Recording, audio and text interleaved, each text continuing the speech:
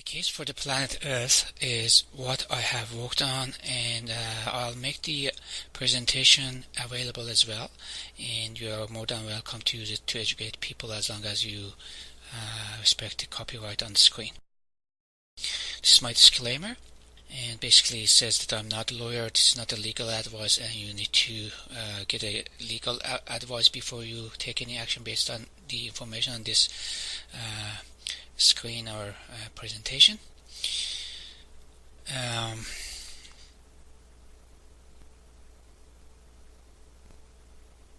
Otherwise you must not watch this presentation, or you must not read the details and description that I provided here.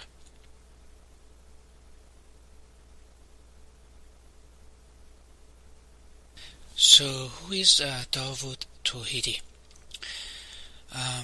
I'm the former EIT member of Professional Engineers of Ontario, Canada, a graduate of Interactive Multimedia Web Development Program from Algonquin College in Ottawa, Canada, a distinguished graduate of Honours Business Administration Program with an average mark of 98% from Willis College in Ottawa, Canada.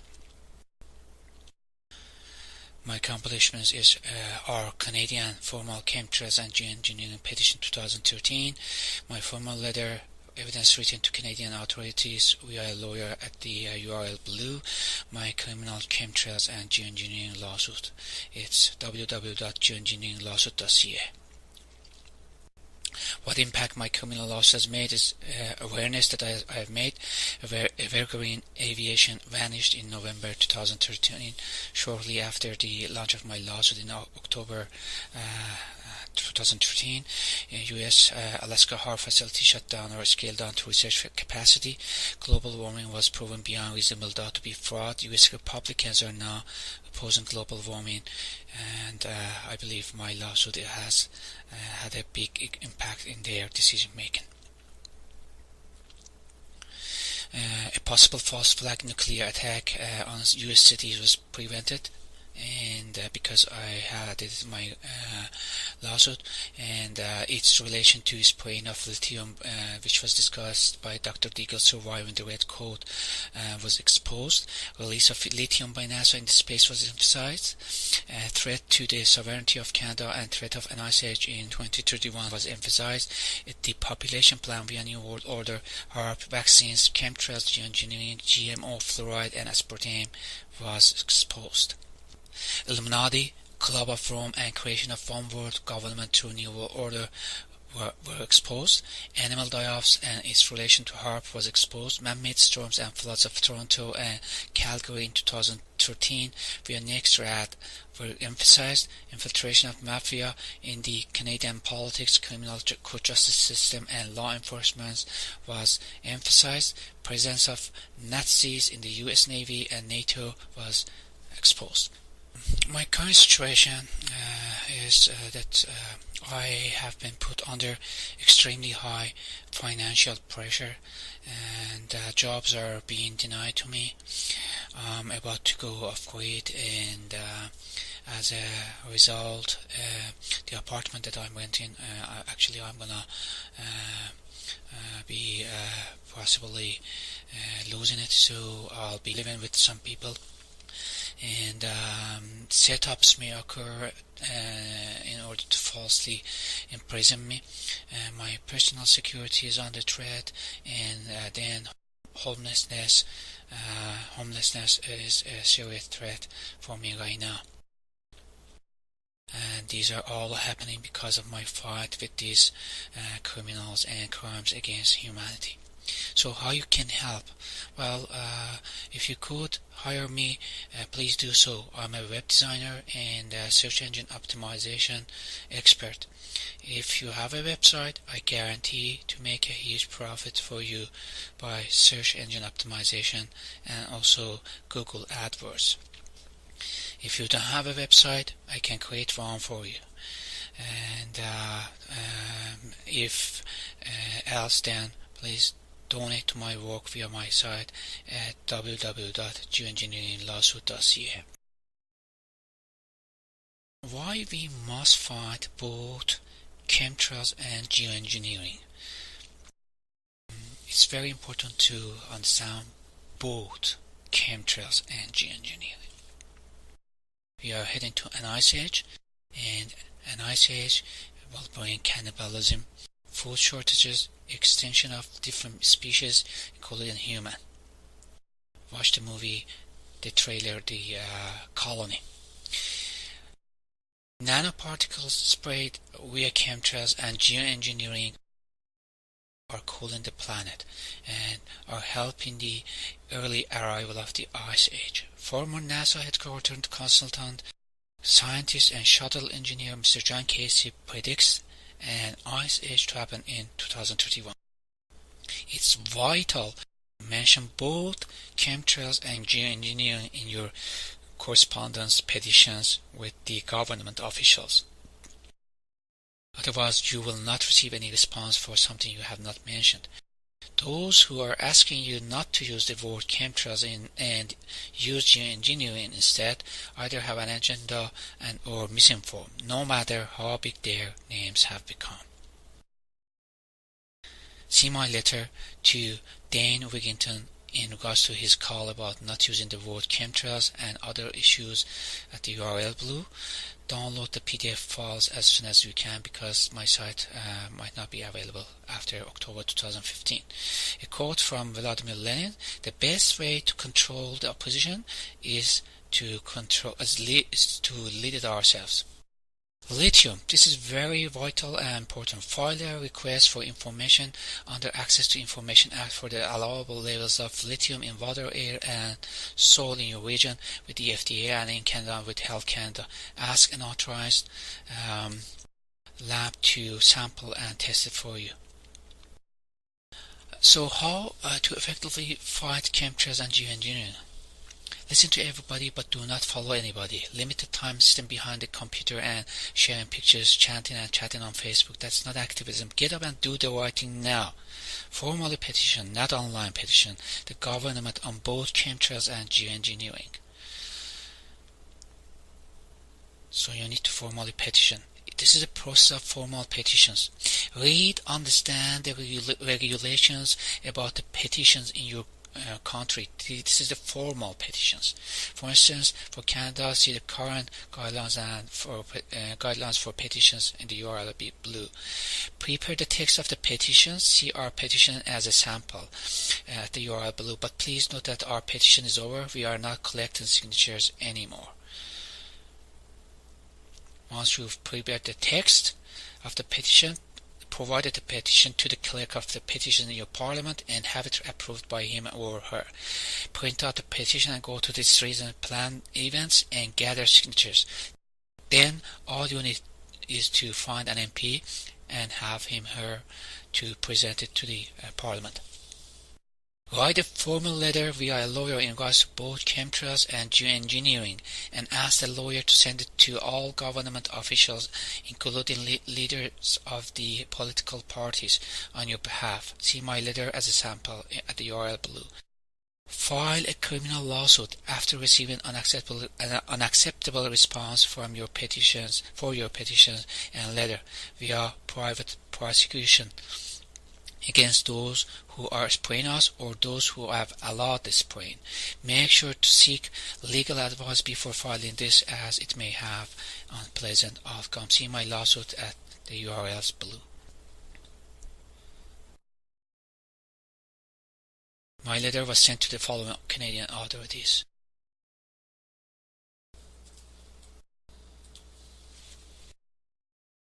private prosecution is a tool that gives power to people, to act as if you were a police officer, so you can lay criminal charges against a person or organization who has committed a crime, which is not available in the USA.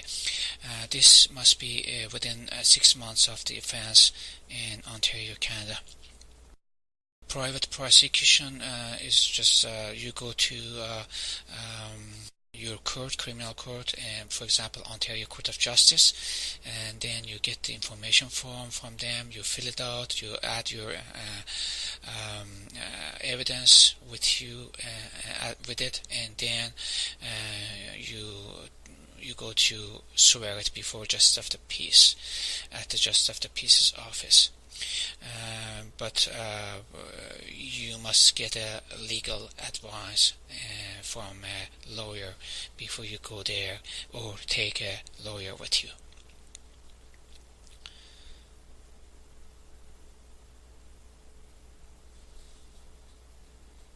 So make sure to take a lawyer with you and ask him to take all the evidence with him to the meeting with the Justice of the Peace. And if Justice of the Peace asks why you are here, the answer is to lay information via private prosecution. By law, any citizen in Ontario, Canada can represent himself or herself if for any reason she does not have a lawyer. A snapshot of my information is here. You fill out the top part, which is your and accused information, and then bottom part, particulars of offense. And in the I will say section, you add the count 1, 2, 3, whatever, count 1, blah blah blah. If you need a second paper for the count 1, you copy the top part and you add count 1 continued, and you go to next count later on. So you add another paper like this, and you add count 2 again with other information on it. If the information that you provided to JP declined, then you have the option to appeal it in the higher court by filing a mandamus application, which is a motion. For instance, I did fill out the mandamus application form, and which I got it from Superior Court of Justice, Criminal Court Intake Office in Ottawa, Canada, and then once it was signed by the court staff, I then served a copy of it to the federal provincial crowns. You need their stamps on the originals after you serve them, along with the motion documents, transcripts of the initial hearing before Justice of the Peace, which you will have to order it via court support counter as soon as your information is declined by JP. And then I served it and filed it, all the document with the Superior Court itself, along with the affidavit of service, and then I appeared before a judge in a criminal proceeding. Affidavit of service is a form, you will get it from the criminal court intake office. So after you serve the respondents with the necessary documents, you get the affidavit of service, and you just fill it out and swear it before a commissioner at the notary, and then take it to the Superior Court and just serve the court along with other documents. This is my mandamus application form to appeal the decision of Justice of the Peace. Chemtrails are not contrails. In layman words, contrail is caused by aircraft when there is no extra chemicals added to the jet fuel. However, chemtrails is caused by aircrafts when toxic chemicals and metals are added to the jet fuel. Chemtrails is a word, not a slang. See Oxford dictionaries online. Watch out for this information being inserted on some website. For instance, climateviewer.com links to the NASA's contrail web pages and PDF files for the definition of chemtrails, and then it is asking you not to use the word chemtrails. To prove chemtrails, just take a picture or video of a low altitude persistent trail, write the date, time, temperature and humidity of your capture day, and approximate altitude of the persistent trail. Familiarize yourself with the NASA's Appleman chart at the links below. Get the 2-scale version of the NASA's Appleman chart on page 11 of this PDF file. Based on Appleman chart, any temperature warmer than minus 35 degrees centigrade will not allow formation of contrail, even if the relative humidity is 100%. Humidity at which a contrail may persist at the typical flight level is between 60% and 70% if the temperature profile is to the left of the red line, dash double dot line in the Appleman chart. This means any humidity less than above will not allow a contrail to persist, even if the temperature profile is to the left of the red curve. Okay, so we have the Appleman chart here. Horizontal scale is temperature in degrees centigrade, and the vertical scale is pressure in hectopascal or millibar. we have a curve in here. The far left curve is 0% relative humidity, and the far right curve is the 100% relative humidity. We have three regions. Always contrails is a region that if the temperature profile fits in there, then contrails always will be produced, and the other one is maybe contrails, and the other one is no contrails. The red line, double dashed line in this chart shows that at what humidities contrails can persist, which is usually between 60 to 70% relative humidity. So if the air is moist enough and temperature profile is to the left of the red line, then the Appleman chart indicates that the persistent contrail can form. But if the temperature profile is to the right of the red line, then persistent contrail cannot form, even if the relative humidity is 100%. At the typical flight level, the pressure varies between 200 HPA and about 350 HPA. If we take these figures to Appleman chart, we will determine the corresponding temperatures of minus 50.44 degrees Celsius for 200 HPA and minus 44.61 degrees Celsius for 350 HPA. I will also provide a link in the description section for the NASA's Appleman chart teacher page, which is now removed from NASA's website. Print it as soon as possible. You will find the numbers for the maximum temperature possible for persistent contrails on page 8. Okay, so now you are ready to move on to the next step, which is finding the local atmospheric sounding station closer to the area you captured a persistent chemtrails photo or video. Go to meteocenter.com or another site of your choice.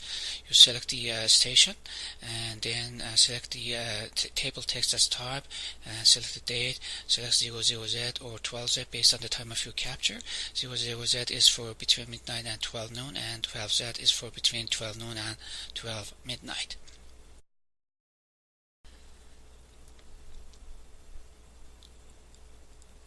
Then you click the go button and look for the height corresponding to minus 35 degrees temperature in the table.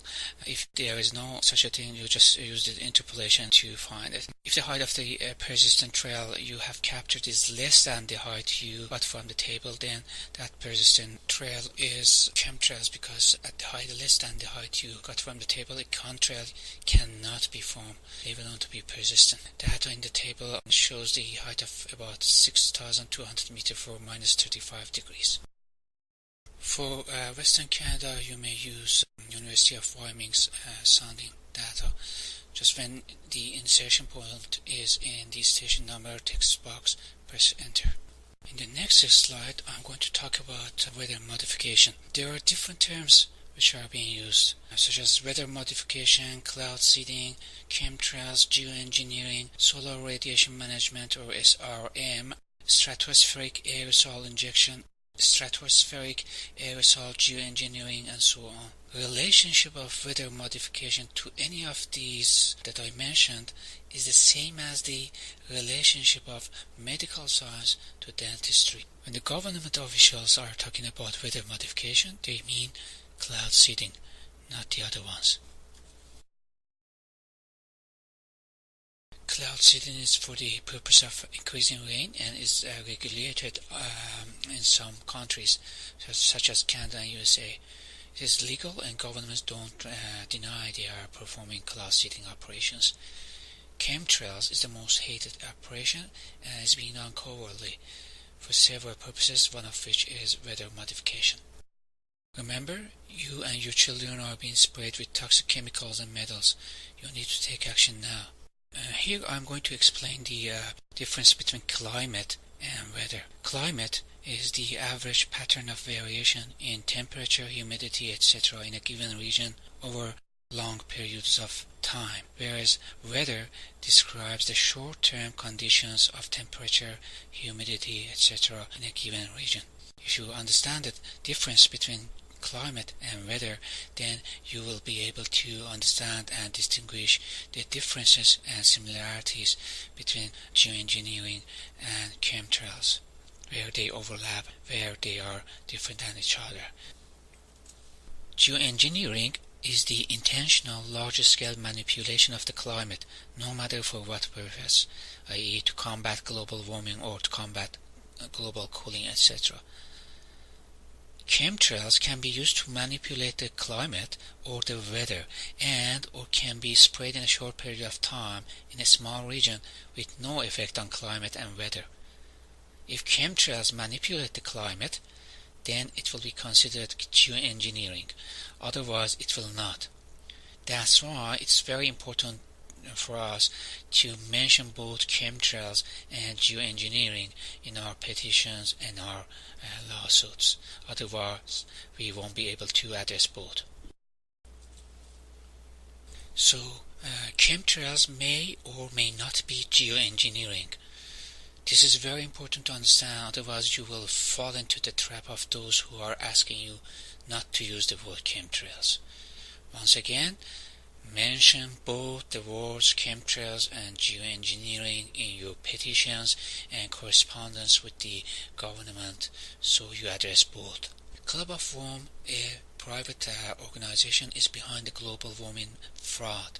In one of their books called The First Global Revolution, on page 75, this is a quote from that page, quote, "In searching for a new enemy to unite us, we came up with the idea that pollution, the threat of global warming, water shortages, famine, and the like would fit the bill." End quote. So, why global warming is fraud? Because NASA has confirmed hibernation of the sun. Sun controls the climate on Earth, and the sun has gone into hibernation or sleep mode. Therefore, this proves that we are in a global cooling era, not global warming. This is very important to recognize, as geoengineering and chemtrails are being sprayed under the guise of mitigating the global warming effects. The chart provided by NASA is the count of sunspots of the sun and showcases the sun's hibernation, and as we approach 2020, sunspot counts are minimum. This proves we are heading to an ice age, as it is predicted by Mr. John Casey. Some of the activists actually, they say, well, it doesn't matter, global warming or global cooling, we care about chemtrails. But I say it does matter. You need to know what the truth is. If you don't know what the truth is, you won't have an educated fight, and they will insert disinformation. And if you know what the truth is, then you will prevent disinformation. Other than information that I'm providing in here, there are a mountain of evidence which proves global warming is fraud. Dr. Dawn Easterbrook provided a fantastic presentation before the U.S. Senate Committee on Environment in March 2013. With hard data, he proved that global warming is fraud and a scam. This is the NASA's sun's hibernation chart, which I talked about it earlier. The horizontal scale is the year, the vertical scale is the number of sunspots of the sun, and as you can see, when we approach to 2020, sunspots are minimum and we are heading to an ice age. So watch out for the disinformation. Global warming is proven beyond reasonable doubt within my criminal lawsuit to be fraud. Those who are pushing for the global warming either have an agenda or misinformed, no matter how big their names have become. See my letter to Dan Wigington in regards to his push for global warming and other issues at the link below. Effect of aerosol on climate and weather depends on three parameters: component of the aerosol, height at which the aerosol is being sprayed, size of the aerosol. Next slide discusses the component of the aerosol. It's a common sense that based on what the component is, different characteristics can be expected from an aerosol. For instance, if components are water vapor, they tend to absorb the heat and trap the heat and therefore tend to warm the weather. If there is nothing in the air and we have a clear sky, then 100% of the sun's ray will reach the Earth's surface. If we add certain particles, which I am going to discuss later in this presentation, then less than 100% of the sun's ray will reach the Earth's surface, therefore will cool the climate and weather.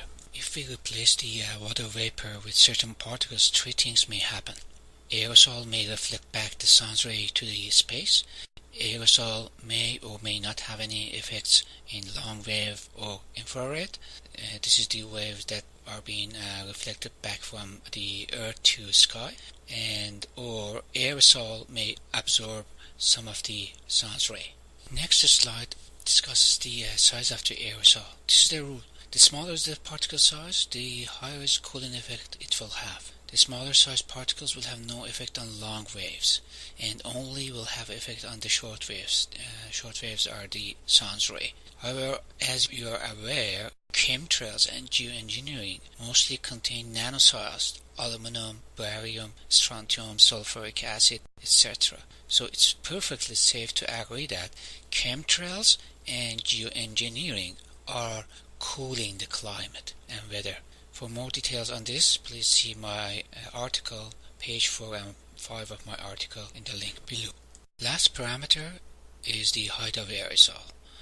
It's common sense that if the height of aerosol being sprayed is lower, then more of the sun's ray will reach the ambient above the aerosol within the Earth's atmosphere, and if the height is higher, less of it would reach that area. So this means the lower is the height of the aerosol, the less cooling effect it will have, because more warm air is present in the ambient above the aerosol within the Earth's atmosphere, and the higher is the height of the aerosol, the more cooling effect it will have. Next slide is about carbon dioxide and whether or not it can cause global warming. If you recall in slide 38, I emphasized that pollution is one of the false flag tests mentioned by Club of Rome. So they have come up with the carbon dioxide or CO2 as the problem, while not only CO2 is not a problem, but also CO2 is the vital part of our ecosystem. To put it in a simple word, human inhale oxygen and exhale CO2, and plant inhale CO2 and exhale oxygen. Without CO2 there will not be a terrestrial life on Earth. CO2 is not a pollutant. Next slide is a table which shows the role of atmospheric greenhouse gases, man-made and natural, as a percentage of relative contribution to the greenhouse effect. If we look at it in more details, we will soon find out that carbon dioxide is responsible for only 3.62% of greenhouse effect, and that water vapor is the most dominant element in causing greenhouse effect and is responsible for 95% of greenhouse effect. Man-made contribution to the greenhouse effect expressed as percent of total in this table. Man-made contribution to the greenhouse effect by all gases including water vapor in total is only 0.28%. Therefore, CO2 is not the cause of fictitious global warming. This is the result of a study made by Philippon Berthier et al. At the link below. Colder, drier conditions plus lower levels of carbon dioxide equals with 39% less terrestrial photosynthesis, 60% less forest cover, 30% less leaf area, 17% less grassland area, 69% less boreal forests, and 286% more polar deserts. Dr. Don Easterbrook did provide a presentation in March 2013 before the U.S. Senate Committee on Environment, and he did actually provide lots of hard data which proved global warming to be a hoax. You can find the presentation at the link below. So in the meantime, it is very important to understand that CO2 does not cause warming, rather it is caused by warming. There has been times that the amount of atmospheric CO2 has gone up while we have had global cooling. There has been also time that the amount of atmospheric CO2 has gone down while we've had global warming. Claim of CO2 being cause of global warming is fraud. Some people raise the issue of U.S. Public Law 105-85 and that we are giving our consent to be sprayed. Don't buy that. If we had given our consent to be sprayed, then there wouldn't have been any right to petition the appropriate government office as mentioned in the U.S. Clean Air Act. For more information, see pages 24 and 25 of the Geoengineering Governance and Technology Policy, Congressional Research Service R41371, prepared for members and committees of U.S. Congress in the link below. So it is very, very important to formally, not online, formally petition the government and or write a formal letter via a lawyer to the government officials to withdraw any hidden unwanted consent if there is such a thing. This is a quote from above mentioned webpage. Basically what it says is that under the U.S. Clean Air Act, the U.S. Environmental Protection Agency or EPA must adjust its phase-out schedules for ozone depleting substances in accordance with any future changes in Montreal Protocol schedules. I'm gonna let you read this and watch a couple of other slides, and when the time comes I'll explain again.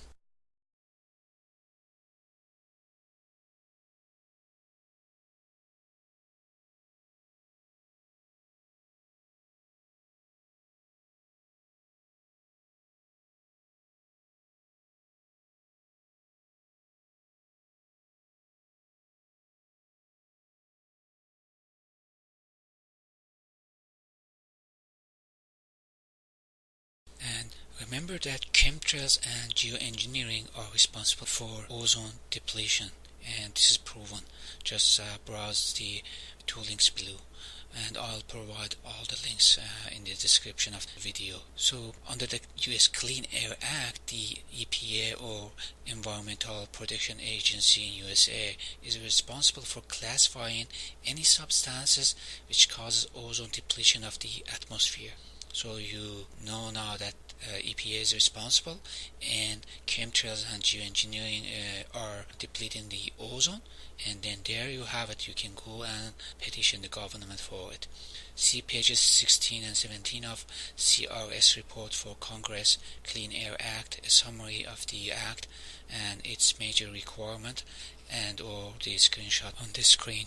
In the next slide, I'm going to discuss argon and chembuster. Argon was discovered by Dr. Wilhelm Reich, an Austrian psychiatrist, and it is named by him, and it is the life force energy that is present in everything. It is known as Chi, Ki, Prana, negative ions, or negative entropy. Dr. Reich confirmed the existence of the argon energy in the human body, verified its presence in the atmosphere. And what he did, he used argon energy for weather experimentation using the tool he invented and named it as Cloudbuster. This is very, very important to know that argon energy is being used in weather experimentation today.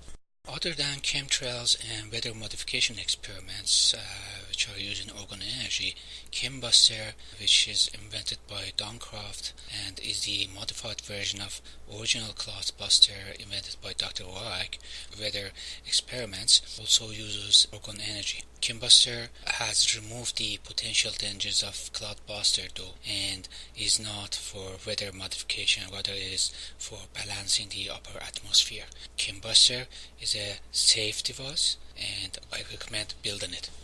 Chembuster has the ability to prevent flash flood and will balance the upper atmosphere. This has been confirmed by Duncroft. I do also believe that it will prevent an ice age. Chembuster will also prevent the pathogens of chemtrails and geoengineering from coming down on Earth. This has been confirmed by Duncroft. The key to creating an effective chembuster is to make sure crystals are not fake, and that you use double terminated crystals, and that the clear end of the crystals or positive end are placed towards the sky. The more chembuster people make, less is the chance of being disabled by criminals remotely. So we need to build as many as possible so that we can protect ourselves. Chembuster clearly interferes with the chemtrails, geoengineering, and weather modification operations because of its use of argon energy. To learn how to create combustor, please see the following pages. Criminals may be able to disable the combustor remotely and or replace it with a non-effective one without your knowledge. If you build a combustor, do not mention it to anybody and move it to another place every day. Make sure to build it in an open area while wearing mask and gloves, and take all the necessary precautions because epoxy is flammable. Those who are discrediting the combustor either have an agenda or misinformed.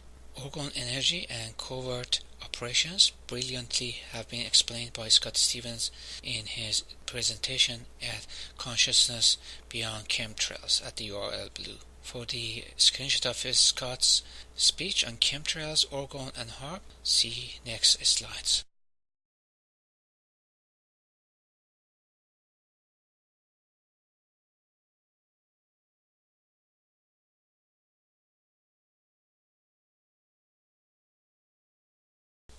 According to former RCMP Chief of Anti-Mafia Operations Ben Suave, mafia groups have infiltrated inside political figures, law enforcement, and even criminal justice system in Canada. I have evidence that also Nazis have infiltrated inside US Navy and NATO, which you will see in next slides. So these are the ones who are doing chemtrails and weather modification experiments, and we are fighting with these mafia groups. So we have to come together and stand against these criminals who are trying to harm our people, our planet.